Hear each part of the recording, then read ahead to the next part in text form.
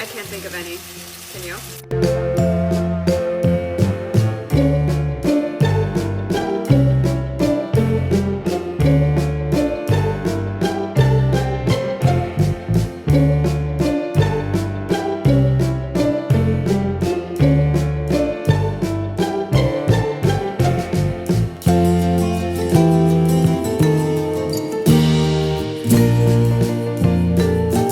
You hungry? Because today we're making a cucumber salad.